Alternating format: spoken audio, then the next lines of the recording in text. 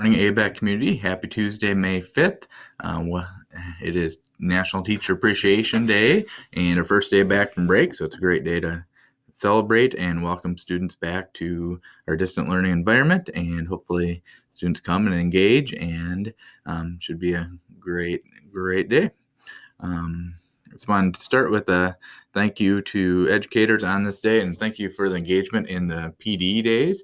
It was a lot of fun to connect on in some of the live sessions and get some feedback on things that went well and some things we could improve on and continue to build as we move forward, both in distant learning and using some of those modules and things ongoing as we get new staff or just for professional development. But I did want to focus on thanking educators today, and two things I wanted to do is one is share. I always like to reflect back and think of those teachers who are influential in my own education, and I think that's positive for everybody to do as we think about educators. And it was my sixth grade teacher, I believe, and both my sister and myself had him, and he was influential in our life. It was a small town, South Dakota.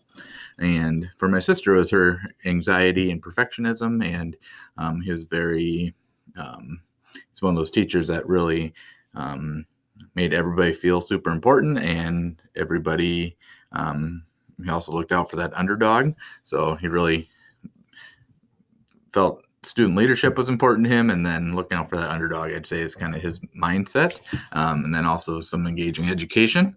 But for my sister, it was that perfectionism and letting things go, things like that.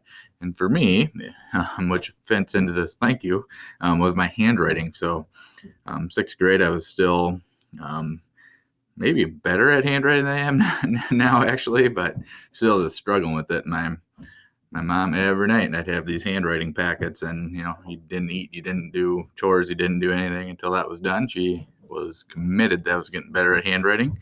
And I think it was midway through the year, at conferences, he said, I think Greg has dysgraphia, and I don't know how much better his handwriting's going to get. So I was thankful for that. My mother, on the other hand, was not. But I do think he did see something that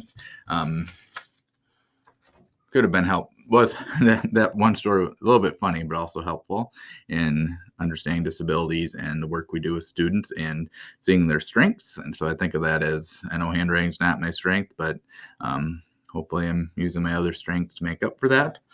With that, this is where this thank you comes in. So this is my written thank you. I received a written thank you note from a staff person yesterday on my desk, and it was just beautiful handwriting, beautiful message in there, and I was just so thankful and appreciative of that. And then having a little bit of a thought, boy, I wish I had some better handwriting to write notes, but I'm going to at least get better at typing notes back to folks. This is my virtual written thank you to everybody. And close it out with a video from Jason Reynolds.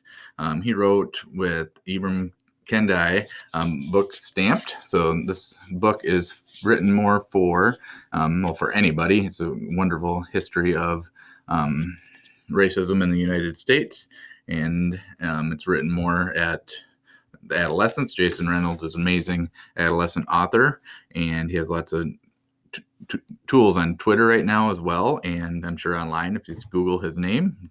And I do have some of these books. I know a couple of teachers are trying to get kids to read and use them. So if you're interested, I can get some more copies as well.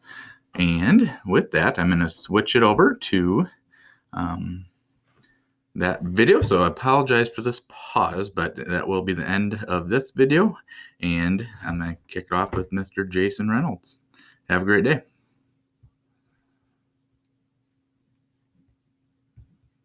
Hi, everybody. It's Jason Reynolds coming to you from my home. Pardon the mess, by the way. I'm doing some rearranging.